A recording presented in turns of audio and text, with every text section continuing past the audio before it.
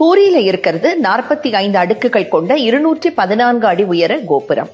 நம்முடைய தஞ்சை பெரிய கோயிலை போலவே இந்த கோயிலுடைய நிழலும் எந்த பகுதியிலும் விழாது. பொதுவா எல்லா கோயில் கோபுரங்களை சுத்தியும் பல பறவைகள் பறந்துகிட்டே இருக்கிறத நீங்க பார்த்திருப்பீங்க. ஆனா பூரி கோபுரத்து மேல எந்த பறவையும் பறக்காது. கோபுரத்து மேல பறக்கிற கொடி காத்தடிக்கிற திசையில பறக்காம எதிர் திசையில தான் எப்போதும் பறந்துகிட்டே இருக்கும். இந்த கொடிய அவங்க தினமும் மாத்துவாங்கன்னு சொன்னா உங்களால நம்ப முடியுதா?